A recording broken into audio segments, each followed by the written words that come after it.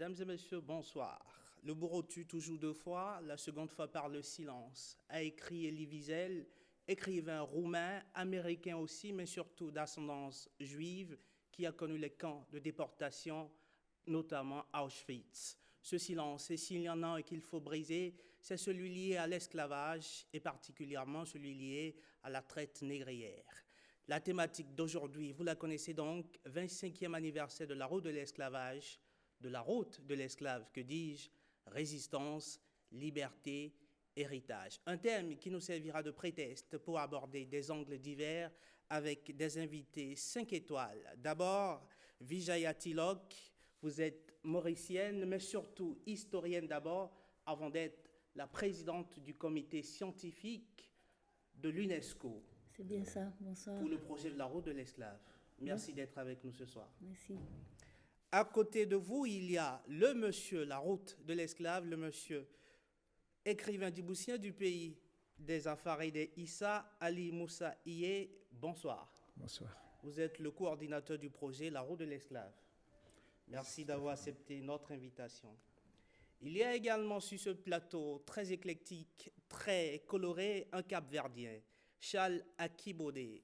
Au nom à la consonance plutôt très béninoise ou togolaise, voire même nigériane, il est membre du comité scientifique international de la route de l'esclave et expert pour le compte de l'UNESCO de la classification des sites africains au patrimoine mondial de l'UNESCO. C'est bien ça? C'est bien ça, je vous remercie. Merci d'avoir accepté notre invitation, à vous aussi. Et puis, il y a le local de l'étape, celui qui grimpera tout au sommet de ce débat, on l'espère bien, un enseignant-chercheur de l'Université d'Abomey-Calavi qui dirige actuellement l'INMAC, l'Institut national des métiers d'art et de la culture. Je définis bien? D'archéologie et d'archéologie. Par ailleurs, Didier Renoudet, bonsoir. Bonsoir. Avec vous, nous allons aborder différents angles au cours de ces débats. Nous allons aborder dans un premier temps la question de la traite négrière, les grandes mutations après un système criminel. Nous allons parler aussi des formes de résistance à l'esclavage, à la traite négrière en l'occurrence, le nécessaire devoir de mémoire dans un troisième temps, et puis et surtout la route de l'esclave, ce que recoupe ce projet. Et nous allons faire un partage d'expériences autour des initiatives nationales. Mais avant de lancer le débat, je vous propose de regarder ceci. L'esclavage n'avait pas cette envergure-là. On parlait de l'esclavage de case. Et dans notre culture, quand vous êtes marié, vous n'avez pas encore d'enfant, tout de suite en partant chez votre mari, votre tante peut vous remettre sa fille de 5 ans, de 10 ans, ça dépend. Alors qui va vous servir là-bas? Alors c'était comme ça, de temps en temps dans la famille. Bon, quand il y a maintenant les familles un peu éloignées qui ont besoin d'aide aussi, on peut leur céder facilement les enfants. Alors les Européens, ayant vu cette situation, nous avons besoin de la main-d'œuvre. Est-ce que vous pouvez nous donner quelques-uns de vos gens? Nous allons les utiliser comme domestiques, nous irons les civiliser. Mais en contrepartie, nous vous donnons ce dont vous avez besoin. C'est comme ça, l'échange a commencé petit à petit, petit à petit. Et ce qui est malheureux, nos rois d'ici ne savaient pas ce qui arrivait à ces esclaves qui allaient dans l'autre bout du monde. Pour eux, ils les envoyaient pour être civilisés. Donc c'est pour ça qu'ils avaient le courage, justement, de s'adonner à cet esclavage. Et aussi, ils avaient besoin d'armes pour conquérir assez de territoire. Les rois d'Abomey, les rois étaient des fonds. Et les fonds étaient bien sûr vendus. La preuve, aujourd'hui, ces Haïtiens qui viennent fredonnent des chansons fonds. À l'instant, Martine de Souza, guide de touristes, qui s'est prononcée sur la question de la traite négrière. Vijaya Tilok, est-ce que vous partagez les propos de l'avis de Martine Tilok sur la question des causes de la traite? Eh bien oui, parce que les causes de la traite, c'est avant tout l'économie des pays. Et pendant la période de la colonisation, ce sont les plantations, les usines de tabac, de sucre, du thé, du cacao, que les esclaves ont été obligés de travailler là-dessus. Et c'est ça qui a financé, qui a encouragé les grands pays colonisateurs, l'Angleterre, la France, le Portugal, l'Espagne, à améliorer leur économie et devenir des grands empires coloniaux. Donc l'économie est à la base de tout empire colonial. Alors, Moussaïr, on a quand même du mal à se l'imaginer, un commerce qui a impliqué beaucoup de moyens, beaucoup de déportations, beaucoup de voyages. On parle de 54 000 traversées au-delà sur les mers. Comment on peut en arriver là? De quoi est faite l'ampleur de ce phénomène-là, la traite négrière? D'abord, je voulais dire que ça a été du commerce, certes, mais ce n'était pas n'importe quel commerce. Les causes de l'esclavage, c'est la cupidité, c'est la vénalité, c'est la convoitise. Parce qu'il y avait d'autres types de commerce qu'on pouvait exercer. Mais des hommes se sont impliqués dans ce commerce-là parce qu'il permettait de gagner beaucoup au prix, donc, bien sûr, de la déshumanisation d'autres êtres humains. Donc ça a été un phénomène, je dirais, vraiment important, qui a marqué l'humanité, mais qui a marqué l'histoire de l'humanité. On parle de plusieurs siècles. C'est, en plus des 4 siècles de la traite transatlantique, il faut ajouter les siècles avant de la traite transsaharienne, qui a duré, parfois au-delà du 19e siècle, presque à l'orée jusqu'au début du 20e siècle. Donc ça fait beaucoup de siècles, mais surtout, ça fait beaucoup de victimes. Quand on calcule plus ou moins, on met les chiffres ensemble, mais c'est incroyable. Donc, on dit à peu près 50 millions d'êtres humains ont été déportés dans la transatlantique, transsaharienne, dans l'océan Indien. Mais il ne faut pas oublier les victimes, ceux qui mouraient sur le chemin. On dit plus ou moins que pour un captif exporté, 5 autres étaient tués. Donc faites le calcul, on arrive à des chiffres inimaginables, des centaines de millions de victimes. C'est pour ça qu'on dit que l'hémorragie démographique à la traite fut pour l'Afrique a été désastreuse. Et l'Afrique avait plus ou moins 100 millions d'habitants vers la fin du 19e siècle. Alors que sans la traite négrière, ce serait dans les 200 millions. Alors vous faites les calculs, les projections, combien on serait aujourd'hui sur le continent africain s'il n'y avait pas eu le traite.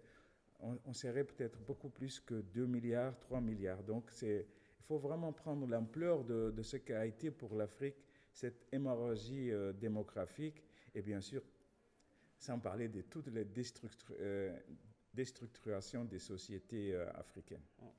Charles Akibode, on est dans l'inimaginable, on est dans des statistiques hallucinantes. C'est quand même d'un crime contre l'humanité qu'on parle. Il serait intéressant que l'on insiste un peu sur les causes, notamment les causes de la traite atlantique des esclaves. Mes collègues tout de suite l'ont déjà montré, mais quand on parle des causes, on met l'accent sur l'Afrique, alors qu'avant l'Afrique, il s'est passé des choses de violence extrême en Europe et qui ont fait que la violence en Europe au Moyen-Âge a conduit justement à cette violence en Afrique. Je m'explique. En Europe, avant la traite négrière atlantique, il y a eu des violences extrêmes, les croisades. Et ces croisades, pour ceux qui ont étudié l'histoire du Moyen-Âge, ils vont voir jusqu'à quel degré de déshumanisation la Méditerranée et les Européens entre eux ont exercé sur leurs concitoyens des violences de forme extraordinaire. Et lorsque l'Atlantique s'ouvre, la première des choses qu'ils ont faites, alors que l'Afrique n'était pas à ce degré de violence extrême, ils ne vont faire que transférer la violence des croisades en utilisant les mêmes armes, en utilisant les mêmes techniques de guerre, dans un endroit qui n'était pas encore arrivé à ce degré de violence. Il y a une très belle image, c'est des loups affamés qui se sont entretués et les premiers qui ont survécu sont entrés dans une bergerie. Et la bergerie, c'était l'Afrique. On parle de 54 000 voyages, on parle de 50 millions de déportés. Et que fait-on des morts qui ont été réalisées lors de la chasse 4 fois à supérieur l'homme au nombre en des Afrique. déportés. Au-delà parce que quand on parle des gens qui sont déportés, on oublie ceux qui ont été tués sur place. Plus grave, on oublie aussi l'impact sur l'environnement et la nature, l'impact dans l'économie sociale. C'était les bras les plus forts que l'on prenait. Alors, lorsqu'on parle de ce phénomène, il ne faudrait pas qu'on prenne, disons, des interstices de ce problème en exhibant 50 millions, il est vrai, de personnes, et on oublie ceux qui sont décédés. Et au-delà de cela, on oublie aussi ce qui est fondamental, la marche, comme le disait tout à l'heure mon collègue Ali Moussaïe, la marche naturelle que l'Afrique avait dans son développement. On devait atteindre 200 millions, on se retrouve avec 100 millions. On sait que dans l'histoire de l'humanité, toutes les fois qu'il y a des crises et qu'il y a des ruptures dans l'évolution humaine, on plonge davantage vers des crises mondiales un peu partout. Mais cette crise en Afrique, il semblerait que l'Afrique l'a vécue elle seule parce que l'Europe a bénéficié grandement de ces crises. Les ports d'Amsterdam, de Rotterdam, de Nantes, etc., sont nés de cette crise. Les systèmes financiers européens, tels que l'on le connaît aujourd'hui, sont nés de ce commerce. Et la structuration de l'économie mondiale, elle a commencé avec le commerce atlantique des esclaves. Donc lorsqu'on parle justement des crises, je pense qu'il faudrait que l'on puisse voir justement de façon panoramique les causes et surtout les effets de cette crise. Didier Ouénoudé, est-ce qu'on peut imaginer qu'il existerait des servitudes, des formes de servitude sur le continent qui ont pu dresser le lit au phénomène de la traite négrière? Je dirais qu'il faut quand même faire la part des choses entre ce qu'on appelle la traite transatlantique et puis la traite qui est déroulée sur le continent africain. Quand on prend par exemple les formes d'esclavage qui existaient sur le continent africain, notamment dans certaines communautés du sud du Sahara par exemple, ceux qu'on appelle esclaves étaient plutôt des captifs de guerre généralement, ou des gens qui n'avaient pas par exemple à payer les dettes qu'elles avaient contractées, ces personnes-là, donc étaient donc, si vous voulez, donc asservis par donc un maître. Mais il se trouvait que ces personnes-là pouvaient par la suite donc bénéficier d'un certain avantage au sein de la famille, et parfois même elles finissaient par être intégrées dans ces familles-là.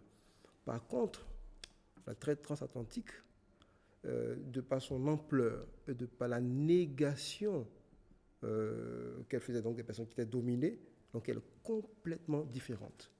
Vous voyez, donc la personne réduite en esclavage dans le phénomène de la traite transatlantique n'avait absolument aucun droit. Elle était un bien meuble et immeuble dont disposait à sa guise donc le maître qui possédait donc ce bien-là. Donc vous voyez donc la différence, elle est extrêmement importante et il faut la relever. Parce que l'homme réduit en esclavage donc sur le continent américain pendant la traite transatlantique et dans les Caraïbes était une marchandise dont on pouvait faire ce qu'on voulait. Comme de la canne à sucre qu'ils produiront finalement. Mais oui, c'est un peu ça si vous voulez. Donc on pouvait donc disposer de cette personne-là. Le maître avait droit de vie et de mort sur donc, ces personnes-là. Imaginez par exemple que des familles ont été séparées parce que justement, on avait donc peut-être besoin des femmes pour des besoins de reproduction, peut-être des hommes donc, pour travailler dans d'autres plantations. Donc, en fait, ça a été vraiment un phénomène de déshumanisation, comme l'a dit Ali Moussaïe, donc extraordinaire, donc, de sorte que l'homme noir est devenu donc comme un être qui n'a absolument un sous-homme qui n'a absolument aucune importance. On va y revenir dans un instant. On parle quand même d'une tragédie qui a complètement déshumanisé l'homme noir, mais on a lu en filigrane tout à l'heure dans les propos de Charles Akibodé les implications économiques de ce commerce-là. Est-ce que vous pensez que la traite a pu dresser le lit au capitalisme tel que nous le connaissons aujourd'hui? Il y a un excellent livre que je recommande à nos jeunes étudiants, à la jeunesse de le lire. C'est un écrivain qui s'appelle Eric Williams, qui a écrit Capitalism and Slavery. Il a été le premier ministre de Trinidad et Tobago. Et il s'est démontré, il y a des études scientifiques qui démontrent comment est-ce que justement ceci est né. On sait que ce qui a été le lit de la colonisation, les grandes agences et familles commerciales, Morel et Prom, Buan et Tesser, etc., qui ont installé plus tard le colonialisme, sont issus justement du commerce atlantique des esclaves. Mais il est intéressant ici de rebondir sur quelque chose d'important, sur comment est-ce que les lois changent quand on parle parce que très souvent, on essaye de culpabiliser l'Africain en disant que oui, il y a eu l'esclavage en Afrique. On culpabilise l'Africain, c'est vous qui vous êtes vendus entre eux. Mais on oublie quelque chose de fondamental. Mon frère Didier Rouenoudou a dit tout à l'heure qu'il y avait des normes, des lois, des systèmes juridiques en Afrique qui, lorsque on capturait quelqu'un dans un contexte de guerre, il pouvait devenir esclave. Il ne l'était pas toujours. Mais avec le commerce atlantique des esclaves, on va ériger un système en loi, le rapt, la razzia et l'enlèvement, parce qu'on t'a enlevé, tu deviens esclave. Mais le plus grand changement dans l'histoire de l'humanité, c'est pour la première fois dans l'histoire de l'humanité, il y a un rapport chromatique. C'est parce que tu es noir qu'on doit t'enlever. En Afrique, ce n'était pas ça. Mais pour la première fois, le blanc arrive, et c'est là que les rapports que nous vivons aujourd'hui, peut-être on va le voir dans les conséquences, c'est parce qu'ils sont noirs qu'ils doivent être esclaves. Et il y a eu toute une théorie, parce que, vous savez, les théories économiques s'accompagnent des théories idéologiques. Et quand on n'est pas très bien formé en histoire, quand on a l'habitude de s'abreuver de manière très facile à toutes les théories, on finit par oublier l'essentiel. Et cet essentiel, c'est qu'on va utiliser la Bible pour parler de Cam, Yafet, etc., bien après, au XVIe siècle, que les théories qui pourtant, ils étaient utilisés au Moyen-Âge en Europe pour définir les 3 États. Et c'était justement la plèbe qui était de Cam. Mais avec les changements économiques, c'est l'Afrique qui devient Cam, qui devient le noir, qui devient le méchant. Et toutes ces théories idéologiques, il semble que nous, étudiants, nous, intellectuels africains, nous sommes des buvards. Nous absorbons tout et on ne voit pas ce regard chromatique qui a été le changement radical, mondial, de cette distanciation. Et le mot blanc et noir n'existait pas, aussi bien en Afrique qu'en Europe, pour désigner l'être humain. Il serait donc né au cours de ce commerce. Le mot noir et blanc, désigner l'être humain par noir et blanc, surgit dans le contexte du commerce atlantique des esclaves. J'ai vu Ali Moussaïe qui a fait d'impatience tout à l'heure par rapport à cette question. Vous voulez réagir? Oui, non, je voulais aussi répondre sur 3 points. Oui. Sur le dernier point, la question de la couleur. Il faut d'abord rappeler que l'esclavage, le mot esclave et l'origine du mot esclave vient de Slaves, c'est-à-dire les populations européennes qui vivaient dans ce qui est aujourd'hui l'Europe centrale, qui ont subi l'esclavage aussi très, très, très violent, qui ont été exportés en Turquie, un peu partout en Europe, et c'est de là qu'est venu le mot esclave. Donc les Européens, c'est-à-dire des Blancs, ont été victimes. De l'autre côté, dans l'océan Indien, des Indiens et même des Chinois ont été victimes. C'est important de le savoir, avant d'arriver à pourquoi ce sont les Africains qui, en dernier, ont pâti. Les Européens, quand ils ont envahi, conquis les Amériques, ils ont essayé d'esclavagiser les Amérindiens, les populations qui vivaient là-bas. C'est parce que ça n'a pas fonctionné qu'ils sont détournés. À la fameuse Mita. Voilà, c'est parce que ça n'a pas fonctionné et que ce peuple-là a été exterminé avec toutes les maladies qu'on a apportées, qu'ils se sont tournés vers l'Afrique. Hein. Mais il faut dire aussi que les premières décennies de la conquête des Amériques, les Blancs, on a amené des Blancs là-bas aussi presque dans des statuts presque de l'esclavage. Donc, ils ont tout essayé. Après, en fait, c'est parce que les Turcs, l'Empire ottoman qui occupait une partie de l'Europe, avait coupé les sources d'approvisionnement en esclaves slaves là-bas, que les Européens se sont tournés un peu vers l'Afrique. Et c'est trouvé que les Africains, dans ce milieu un peu tropicaux, étaient beaucoup plus résistants et plus familiers à ce milieu. Donc, c'est pour cela qu'après, on s'est tourné principalement vers l'Afrique. Et c'est après qu'est venue toute la justification sur la couleur. Donc, il fallait justifier.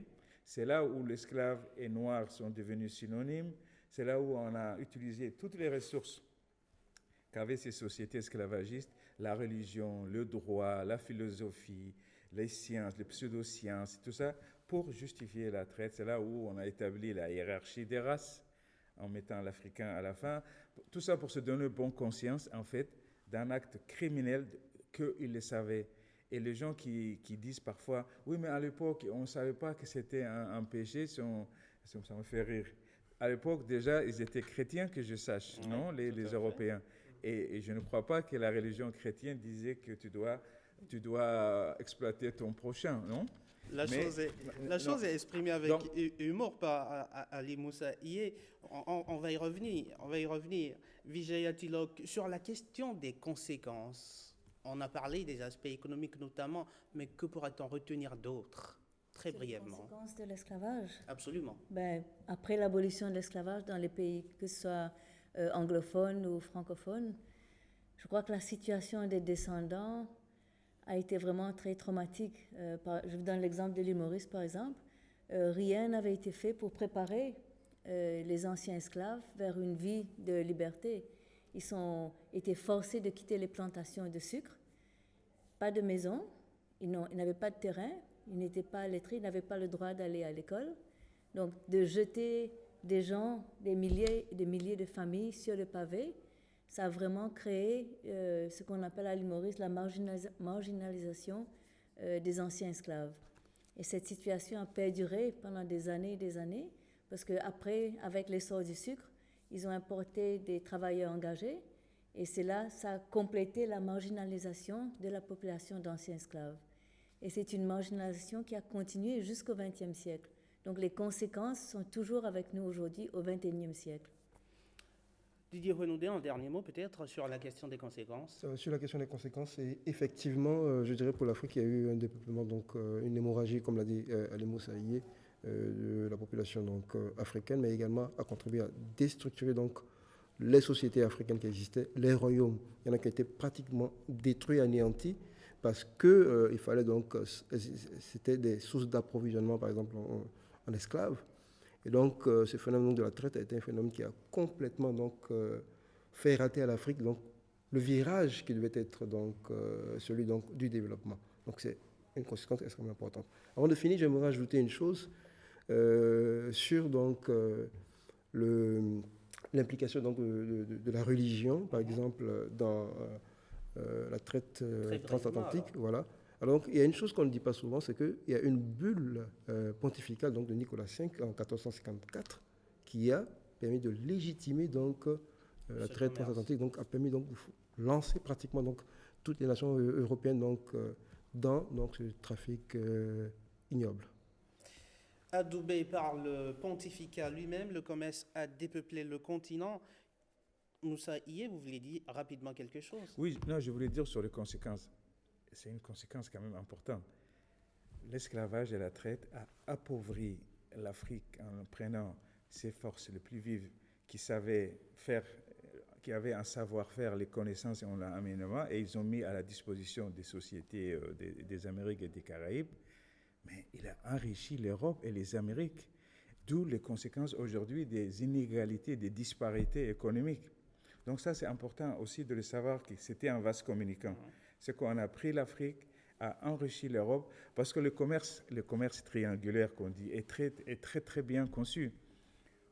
On amène de l'Europe toutes leurs manufactures, leurs trucs qu'ils produisaient, les fers, les pains. Donc ça créait une industrie de manufacture pour l'Europe. On amenait ça en Afrique. Ils ne les vendaient pas, ils les échangeaient contre des captifs. Donc les Africains qui en fait, échangés ne recevaient pas de la monnaie. Ils le recevaient en produits européens.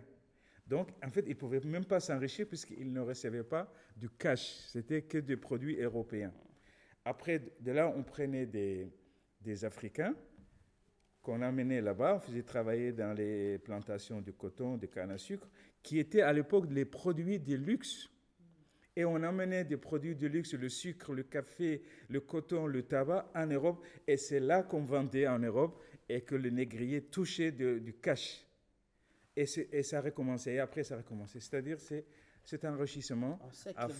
Un cercle vicieux d'approvisionnement d'un côté. Même ceux qui ont participé en Afrique à cet échange, en fait, finalement, ils recevaient en nature. C'est-à-dire, ils recevaient en produits européens et pas en argent. Donc, finalement...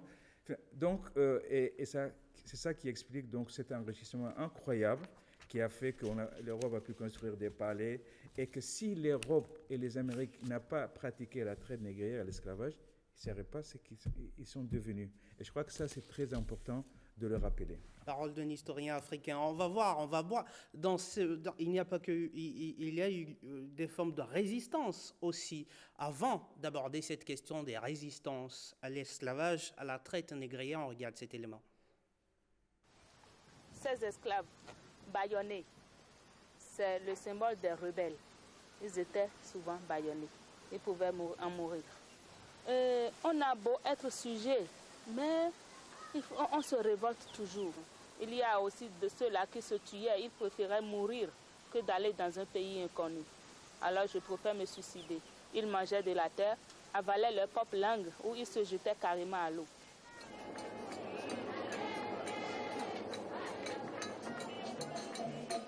Je suis arrivée avec un groupe africain-américain venu des États-Unis qui ont exprimé le désir de visiter le roi de Ouida.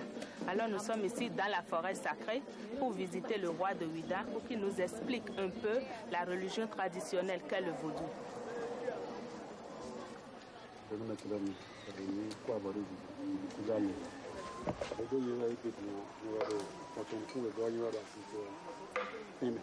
Welcome, Africans. You are not Americans. I would not say African Americans. You are all Africans and you are back home. Welcome to your ancestors' home.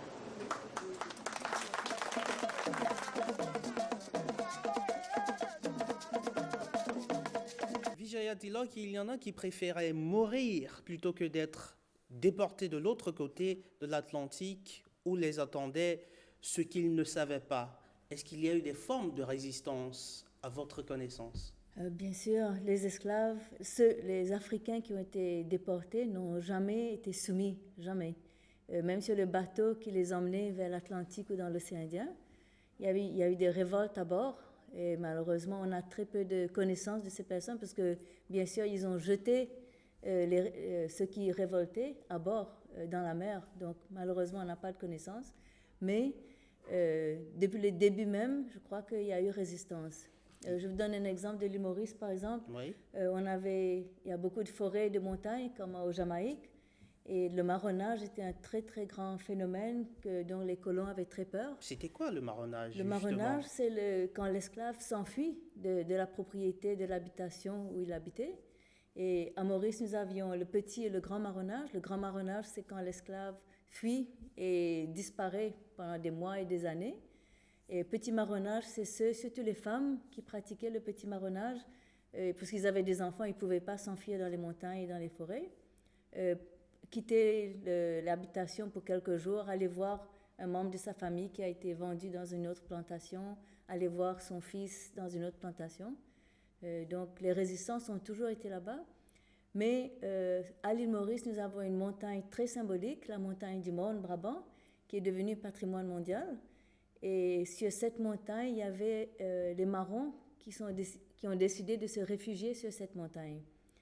Et il y a un incident qui était arrivé, qui a rendu cette montagne très symbolique et très, très bien connue. Quand les soldats britanniques ont voulu faire part aux Marrons que l'esclavage avait été aboli, les Marrons qui étaient au sommet, quand ils ont vu les troupes britanniques arriver, ils pensaient qu'ils étaient venus les capturer. et ils ont préféré se jeter du haut du sommet du monde plutôt que d'être capturés. Donc ça montre un peu la résistance et le désir d'être libre. Ils ont préféré la mort Plutôt qu'être capturés. Chala Kibode, vous connaissez très bien les formes de résistance, notamment dans les pays ouest-africains sur la question, sur la côte du golfe de Guinée, par exemple. Il est intéressant que lorsqu'on parle de résistance et lorsqu'on étudie l'histoire, et quand on étudie l'histoire telle qu'elle nous est enseignée dans nos écoles, dans nos universités, l'histoire de l'Europe, c'est des résistances de violence. On nous montre, lorsqu'ils sont arrivés sur le continent, combien ils ont tué. J'ai beaucoup étudié les sources portugaises et aux archives portugaises, et lorsqu'on lit, il décrit réellement les manières dont il éventrait les gens, dont il, disons, comme la violence en fait. Et très souvent, lorsqu'on réfléchit en Afrique, et pour essayer de leur apporter un peu, on dit nous aussi, on avait des guerriers, on a tué, on a fait, etc. Donc on entre dans un cercle vicieux, justement, de la violence. Moi, j'ai plutôt essayé d'étudier ce qu'on appelle la résistance passive. C'est cette résistance que l'on ne voit pas. C'est comme vous, lorsque vous êtes avec votre chef, vous savez que vous dépendez de lui, il vous dit de faire un travail que vous n'aimez pas. Très souvent, vous traînez les pieds, vous y allez doucement, vous montrez, vous pouvez même lui sourire, mais derrière, vous ne faites pas, vous ne donnez pas à 100%. Et durant tout le commerce atlantique des esclaves, les Africains ont su justement démontrer cette résistance passive. Deux choses qu'il faut retenir comme résistance passive. La première des choses, c'est le tambour. Le tambour, le rythme, qui était la base de la ritualité africaine. Et quand je parle de ritualité africaine, deuxième chose, et qui a sauvé les esclaves qui sont partis, la spiritualité. Je m'explique. Au Cap-Vert, les Portugais ont découvert que les Africains communiquaient par le son du tam-tam qu'ils n'arrivaient pas à déchiffrer. Et très souvent, après le tam-tam, il y avait très souvent des guerres. Et ils interdisent que, justement, on ne joue plus du tam-tam. Quelque chose d'extraordinaire dans l'humanité. Lorsque l'humanité est en danger, il y a toujours un groupe social qui se lève pour défendre cette humanité. Ce sont les femmes. Et les femmes ont utilisé leur corps et ont commencé à jouer le tam-tam. Il faut dire qu'en Afrique, basiquement, rapidement, il y a trois types de rythmes, les rythmes de base. Il y a les rythmes d'appel, et les rythmes de joie et les rythmes de tristesse. Et ce sont ces techniques qu'ils ont utilisées pour continuer les femmes à communiquer. Et en partant dans les cales, ces gens jouaient le même rythme. Aujourd'hui, en 2019, 90% des musiques que l'on écoute, peu de gens savent que ces musiques sont issues des formes de résistance passive. Qu'ils jouaient sur leur chaîne en traversant l'Atlantique. Pour ceux qui aiment la salsa, ils vont appeler ça la clave del son. Et deuxième chose, surtout, la spiritualité. Ils ont développé des formes de spiritualité, et c'est pour cela, par rapport au Bénin, ceux qui partent au Brésil, notamment à San Salvador de Bahia, la dame qui parlait de Sousa tout à l'heure, disait que les gens parlaient ou Yoruba, ou Fon, ou même ils parlaient Kikongo, la langue du royaume du Congo, parce qu'ils traînaient en eux une spiritualité, et cette forme de communication et de spiritualité qui les a permis de résister. Et c'est ce qui a donné aujourd'hui 90% de nos richesses matérielles et immatérielles, que ce soit aux États-Unis, en Amérique et partout, ces expressions de résistance passive, et c'est de ça que nous nous enrichissons. Tout juste pour terminer, on sait que le zouk, tout le monde pense que le zouk vient des Caraïbes, alors que le zouk est un rythme funéraire à Caen. Et on a beaucoup de choses. C'est un rythme funéraire à Caen. Et quand on utilise les tam-tams, disons, maliens, des tam-tams rituels funéraires maliens, on les retrouve à Barranquilla, en Colombie. Et pourquoi? Parce que ces gens, ils ont gardé ces rythmes. Et tous les gens parlaient des esclaves, mais c'était des êtres humains, avec un savoir extraordinaire, qui ne se sont pas opposés par les arts, ils se sont opposés par l'âme et par l'esprit. Et c'est ce qui a fait qu'aujourd'hui, tous ces gens qui prennent les avions, qui reviennent, Barack Obama et tous sont issus, sont des victoires de ces résistances passives, sont l'expression la plus aboutie de cette résistance passive. C'est une manière de voir les choses. Didier Ouinoudé, très rapidement sur cette question des résistances. Sur la question il y a eu le marronnage, les résistances passives. Mais il y a eu également des résistances actives, par exemple. Bien sûr, marronnage, on a parlé de marronnage donc, avec les quilombos, par exemple, dans les zones comme le Brésil, mais il y a eu également des mutineries donc, sur les navires. Et l'une des mutineries les plus célèbres, c'est celle de l'Amistad. Donc, Porté au cinéma d'ailleurs par Steven Absolument, Spielberg, voilà. avec un béninois. Tout à fait, Jim Morceau. Voilà. Et donc l'histoire de l'Amistad, donc de ces esclaves qui sont mutinés et qui ont tué tous les marins, qui ont été donc arraisonnés, le navire a été arraisonné, et donc ils ont été jugés. Donc il y a eu un procès. Et ils ont été donc tous relaxés. Donc, je pense que c'est également un type de résistance donc, qui a montré que les esclaves également n'ont pas voulu jusqu'au bout être réduits en esclavage. Au Bénin, on sait par exemple que certaines personnes qui avaient été réduites en esclavage, et lorsque on les convoyait au niveau donc de l'embarcadère, certaines par exemple essayaient donc d'ingurgiter donc le sable de la plage pour pouvoir donc s'étouffer. Donc il y a eu plusieurs types donc de refus donc de cet assaisissement de servitude. Absolument. Donc, je pense il y a encore beaucoup à dire sur donc, ces questions-là. Il y a beaucoup de travail à faire sur ça. De très peu de temps, malheureusement. Ali Moussa Ié, sur cette question, il y a eu des révoltes qui sont quand même passées à la postérité. On pense notamment à la révolte des Malais, la révolte de Saint-Domingue aussi. Non, je voulais dire que, en fait, la résistance, c'est l'autre face de la pièce de l'esclavage.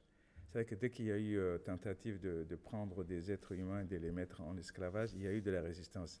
Et elle a commencé depuis la capture, tout le long du chemin, dans les baraquements, dans les camps de concentration, sur le bateau, sur les plages, et après dans les champs, dans le lieu. C'est pour ça qu'en fait, on ne devrait pas utiliser le mot esclave, parce qu'il n'y a pas de statut d'esclave. On est toujours mis en servitude par la violence, mais l'être humain a toujours résisté, y compris jusqu'au suicide. Parfois, le suicide a été le seul moyen qu'ils avaient à leur disposition. Donc, c'est pour ça qu'il faut mieux utiliser personne mis en esclavage plutôt qu'esclave, puisque cette résistance était un refus de l'esclavage. Deuxièmement, je pense qu'il y a toute la culture les cultures africaines qui ont été maintenues dans les Amériques et dans les Caraïbes a été la plus formidable expression de résistance contre le statut, justement, et les conditions de l'esclavage. Et c'est pour ça qu'il est étonnant qu'on a pu garder des langues africaines, des rythmiques africaines, des expressions de récits africaines. C'était une manière pour les personnes mises en esclavage de résister à cette emprise, à cette déshumanisation qui voulait le réduire au statut de meuble, d'être carrément d'objet. Et ils l'ont montré. Et aujourd'hui, paradoxalement, ce sont ces résistances culturelles qui aujourd'hui sont devenues des emblèmes du patrimoine culturel des pays ex-esclavagistes, que ce soit le Brésil avec la samba, que ce soit les États-Unis avec le jazz, le blues. C'est paradoxal.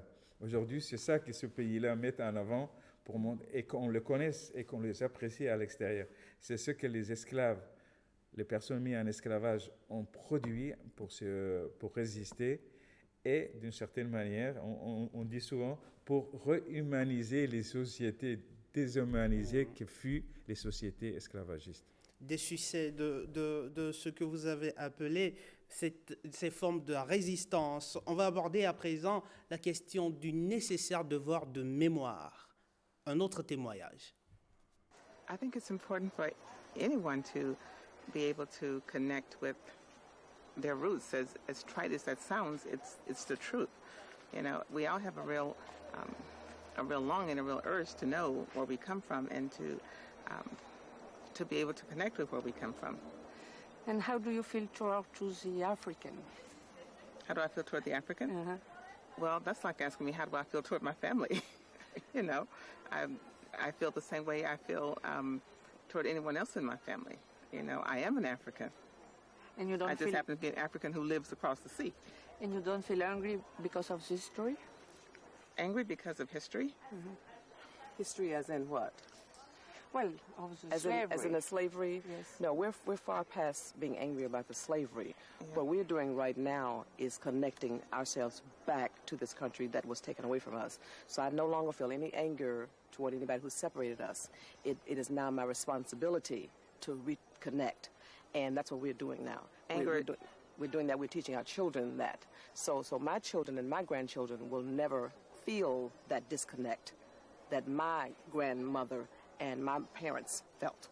Une seule question, après avoir vu cet élément, mesdames et messieurs, pourquoi faut-il se souvenir? Pourquoi faut-il transmettre le souvenir de la traite? On va commencer cette fois-ci par vous, Moussaïe. Tout simplement parce qu'on ne peut pas comprendre notre présent d'aujourd'hui, beaucoup de choses de notre présent d'aujourd'hui, et on ne peut même pas se projeter dans le futur si on n'a pas compris ce qui s'est passé avec cette histoire de l'esclavage et de la traite. Donc c'est une nécessité presque, je dirais, ontologique. Donc chaque pays, que ce soit les pays qui en ont été victimes comme le peuple qui ont pratiqué, doivent se souvenir parce que cette mémoire a marqué tout le monde, aussi bien les descendants de victimes que les descendants des esclavagistes. Elle les a marqués dans nos comportements psychologiques, notre manière de voir les autres, nos préjugés, tout ça a été formé et façonné par cette histoire-là. Donc plus vite on la connaîtra, mieux on s'en libérera et plus vite peut-être on pourra réfléchir aux moyens d'une réconciliation nationale à l'intérieur des pays et entre les pays. Vijaya Tilak. Je partage entièrement ce qu'Ali a dit. Pour comprendre soi-même, aujourd'hui dans les pays qui ont été esclavisés, même en Afrique, pour comprendre soi-même, il faut comprendre son histoire. L'enfant d'aujourd'hui, tout ce qui existe autour de lui, son ADN, ses parents, ses grands-parents, son environnement, est basé sur une société esclavagiste du passé. Les bâtiments qu'il voit autour de lui, à Maurice, que ce soit aux Antilles, les bâtiments construits autour de lui ont été construits par des esclaves. Les routes sur lesquelles il prend son bus pour aller à l'école tous les jours, les routes ont été construites par qui? Donc, comprendre l'esclavage, c'est comprendre notre vie aujourd'hui. Donc, c'est absolument essentiel. Didier Renaudet, le nécessaire besoin aussi d'enseigner à la jeune génération, notamment en utilisant les outils adaptés à leur époque. Oui, je pense qu'il faut utiliser donc les outils technologiques aujourd'hui pour enseigner donc l'esclavage aux jeunes. On ne peut pas passer 4 siècles d'un commerce inique sous silence. Quand on prend les 2 guerres mondiales, celle de 14-18 et celle de 39-45, vous voyez, c'est absolument une goutte d'eau dans les 4 siècles qu'ont duré donc l'esclavage. Si on tient compte du fait qu'un siècle, ça fait à peu près, 4 générations, imaginez à peu près donc, le nombre de générations qui ont été donc, complètement détruites. Donc il faut absolument donc en parler. Et vous, qu'est-ce que vous en pensez, Chala Kibode? Je pense qu'il faut briser le silence, parce que le silence, il a été présent, il a été prégnant, mais il a été aussi lourd, et il continue jusqu'à aujourd'hui. Et se souvenir, c'est la plus belle des choses. On ne se souvient pas dans la douleur, mais on se souvient dans ce qui nous réunit et ce qu'il y a de plus beau. Aujourd'hui, l'une des plus belles nations du monde, je le crois, avec ferveur, c'est cette nation africaine et ses afrodescendants. Et si l'on se souvient, au-delà, bien sûr, de la douloureuse traite négrière, et lorsque je parlais tout à l'heure de la résistance passive et des modes de ressurgissance des cultures africaines un peu partout, je pense qu'on a une très belle toile d'araignée qui nous réunit. Et elle ne nous réunit pas seulement dans ce devoir de mémoire, elle nous réunit aussi sur le plan économique. En ce sens que les gens qui prennent des avions et traversent l'Atlantique pour venir voir l'Afrique, ils s'attendent à quelque chose. C'est non seulement sacré, c'est ce qu'on appelle l'économie de la culture, parce qu'au-delà de l'économie de la culture, c'est tout ce que les gens peuvent faire pour créer des richesses. Ça crée non seulement l'employabilité, ça donne beaucoup de travail, et ça crée l'auto-employabilité par ce qu'on appelle les économies créatives.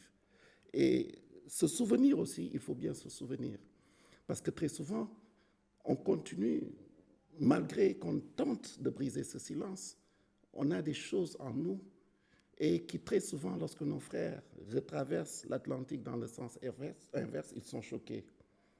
Premièrement, en Afrique, combien de gens ne se blanchissent pas la peau? Et pourquoi? Pour redevenir blanc, peut-être. Regardez quand vous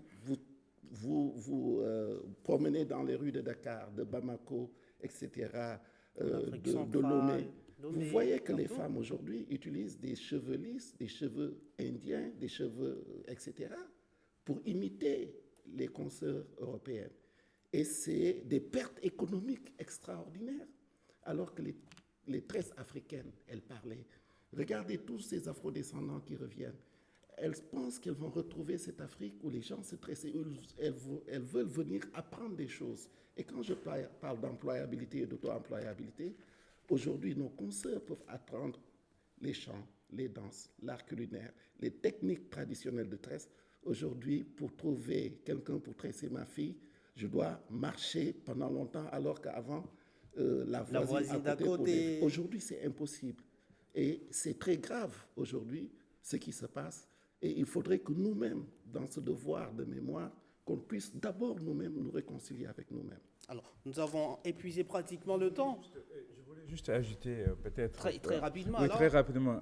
Devoir de mémoire, oui, mais il faut savoir le faire. C'est très important. La question de l'esclavage est une question très sensible. Et je crois qu'il faut la manier avec toutes les précautions nécessaires. On ne peut pas faire n'importe quoi avec la question de l'esclavage.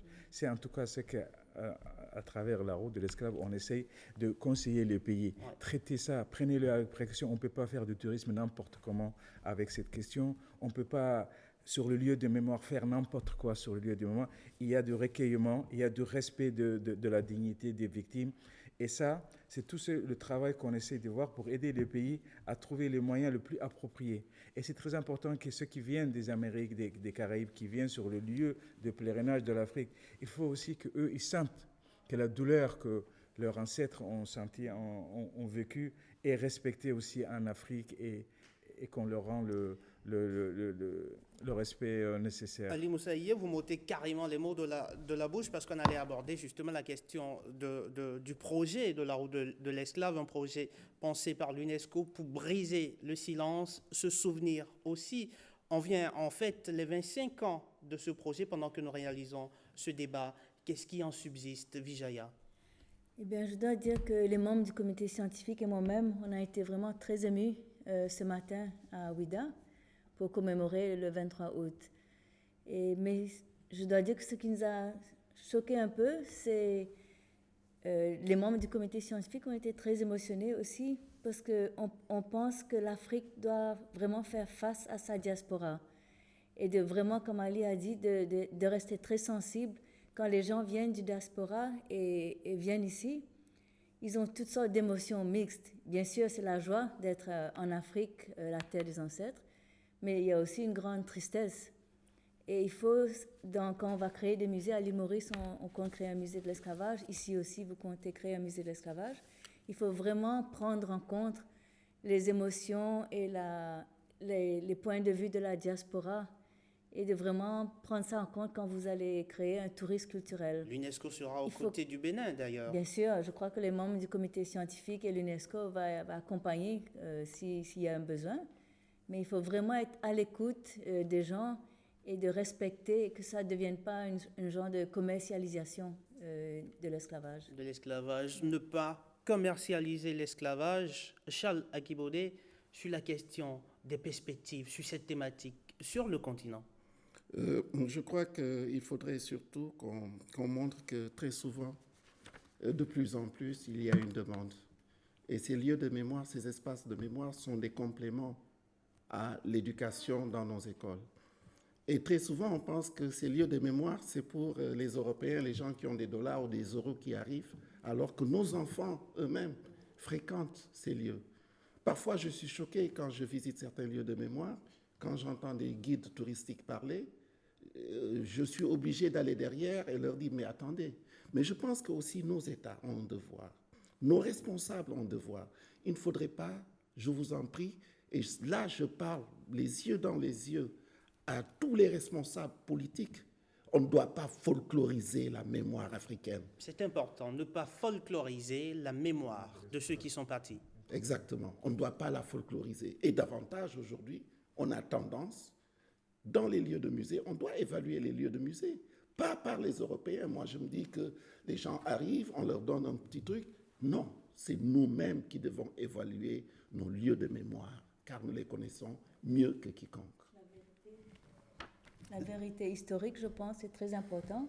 Il faut absolument que les historiens Tout à fait. aient le premier mot et le dernier mot sur comment conceptualiser et quoi présenter dans un musée et dans un guide touristique ou dans la formation des guides touristiques. Et très rapidement, Ali très Moussaïe, rapidement, avant d'ailleurs, de donner la parole voilà. à Didier Bon, Benoudé. on a essayé de faire beaucoup de travaux justement pour aider les pays membres à pouvoir mieux gérer cette mémoire. Ouais. On a sorti un guide pour les gestionnaires des sites de mémoire qu'on a mis à la disposition en anglais, en français, en espagnol et qui est accessible en ligne, justement pour donner quelques clés comment mieux gérer cette mémoire.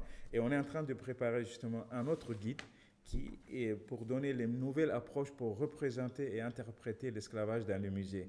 Et j'espère que ça pourrait aider tous les pays qui sont en train de monter justement sur cette thématique. Sur cette thématique-là. Donc c'est le genre de travail qu'à l'UNESCO, on essaie de faire pour aider les pays à mieux se souvenir et à mieux accomplir leurs devoirs de mémoire. Un travail qui a déjà porté ses fruits, et qui continue de porter ses fruits. Le mot de la fin pour le local de l'étape Didier Benoudé, pour conclure. Pour conclure, je dirais qu'il faut vivre un peu donc, le retour des afro-descendants qui viennent en Afrique comme un pèlerinage. Il ne faut pas penser à un tourisme qui doit rapporter donc, de l'argent, pas de tourisme de masse. Mais il faut donc comprendre donc, la douleur qu'ils ont vécue et ils veulent reprendre donc, le parcours qui était donc, celui de leurs ancêtres. Et je pense également qu'il faudrait donc, revisiter le manuel d'histoire parce que nous n'enseignons pas assez l'histoire donc, de cette tragédie-là dans nos cursus scolaire ici en Afrique. Par exemple, voilà, tout à fait. Par exemple, on ne sait pas du tout ce qui est advenu de ces esclaves qui sont allés de l'autre côté. On raconte beaucoup plus donc les captures et les ventes. Mais ce qui sont devenus de l'autre côté, on n'en parle pas. Il y a un silence total sur ça. Je pense que ce n'est pas juste. En tout cas, pour aller plus loin sur cette thématique, vous pouvez voir ou revoir Les Routes de l'esclavage, une série télévisée documentée en 4 épisodes de 52 minutes chacun, qui a été diffusée, des épisodes qui ont été diffusés sur l'ORTB d'ailleurs, qui ont trait à l'histoire de l'esclavage, co-réalisée par Daniel Cattier, Joan Gelas et Fanny Glissant, et coproduite par la Compagnie des Phares et Balises, et diffusée la première fois en mai 2018 par Arte et France O. En tout cas, merci à vous, Vijaya Tilok, Ali Moussaïe, Charles Akibode et Didier Benoudé de nous avoir éclairé de votre science de la traite négrière. Merci à vous aussi, amis téléspectateurs, de nous avoir suivis. Bonsoir chez vous.